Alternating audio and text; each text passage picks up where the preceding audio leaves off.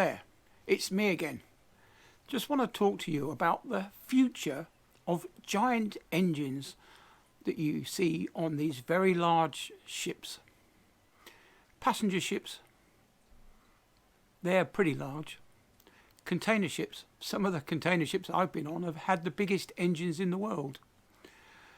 And these engines were 10 cylinders in a straight line, and they had a bore of just under 2 meters, and they had a stroke of 2.6 meters.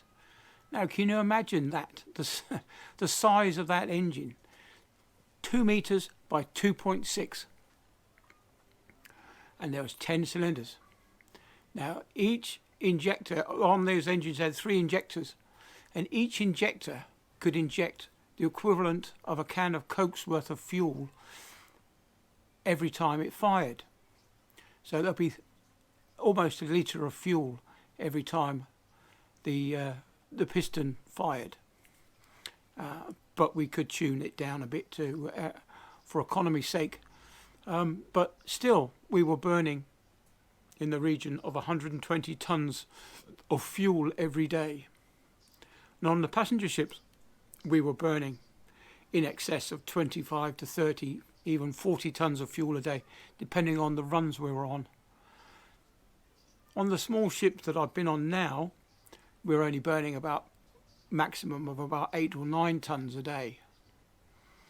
And what about the trains? What about those engines? We need to do something with those engines as well.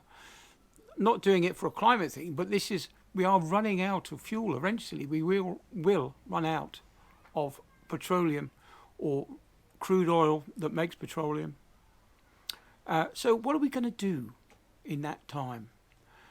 When we eventually run out of fuel for aeroplanes, there isn't going to be any aeroplanes. So what is the answer?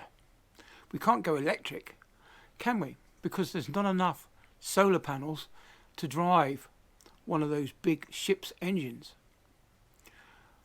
And we can't store it up in batteries because that will just really, all the cargo space will be taken up with batteries.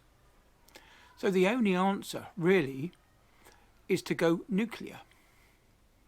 Now at the moment in the shipping industry, me in particular, I'm a ship's engineer, and I've had nothing to do with nuclear power whatsoever.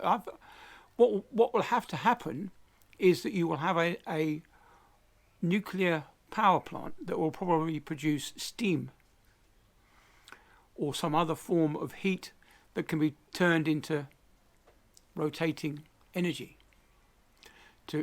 Obviously the propeller is the best way forward, and there is new designs in propellers at the moment.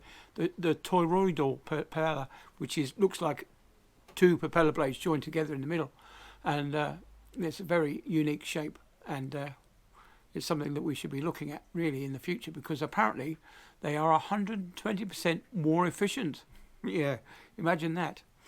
Anyway, getting back to this nuclear power stuff, the nuclear powered ships of the old type were steam driven. They had steam turbines, and obviously the nuclear energy would create enough steam to drive the turbines, because that's how the nuclear energy produces heat.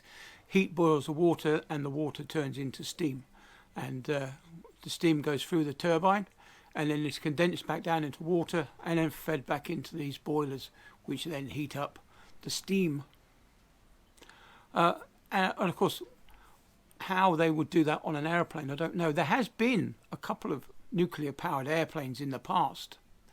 And of course, trains, they'll have to all be nuclear-powered. Of course, not in the train itself, but the tracks will have to be electrified, and a nuclear power plant will be there just to drive the trains. England's pretty safe, whereas Japan, who has quite a few nuclear power stations, they might have trouble with an earthquake, whereas UK is pretty sound. We don't have that many earthquakes at the moment. But yeah, it's something to think about. And if you've got any kids that are going to university, get them into nuclear power, because that's where the money's going to be pretty soon. It's going to be a nuclear power generation, not only for industrial buildings, but also residential as well, because it's got to be the way forward. There's got to be the most greenest form of energy production on the planet. And compared to oil-fired and coal-powered getting tongue-tied, coal-powered power stations is a lot safer. Nuclear power has literally killed far fewer people than coal production or coal-powered power plants have done in the past. So it is safer, and well, that's one of those things, isn't it? We're going to have to find new ways of generating electricity and energy. Burning fossil fuels is going to be unsustainable in the long run. Okay, there's more oil than we think there is, and they're discovering more deposits every day. But we cannot keep burning this fossil fuel. We will run out of CO2 in the atmosphere, so what's going to happen is we're going to use solar rays to burn chalk. We're going to convert the chalk back into CO2 just to keep our greenhouses going in the future. That's if the planet keeps reducing its own CO2 at the moment. But that's another story. But so that's it then. What are we going to do when we run out of oil? We're going to have to turn to another form of energy production, and it's going to have to be nuclear powered to supply the amount of energy that we need on this small blue planet. Anyway, that's it. Catch you later. Bye then.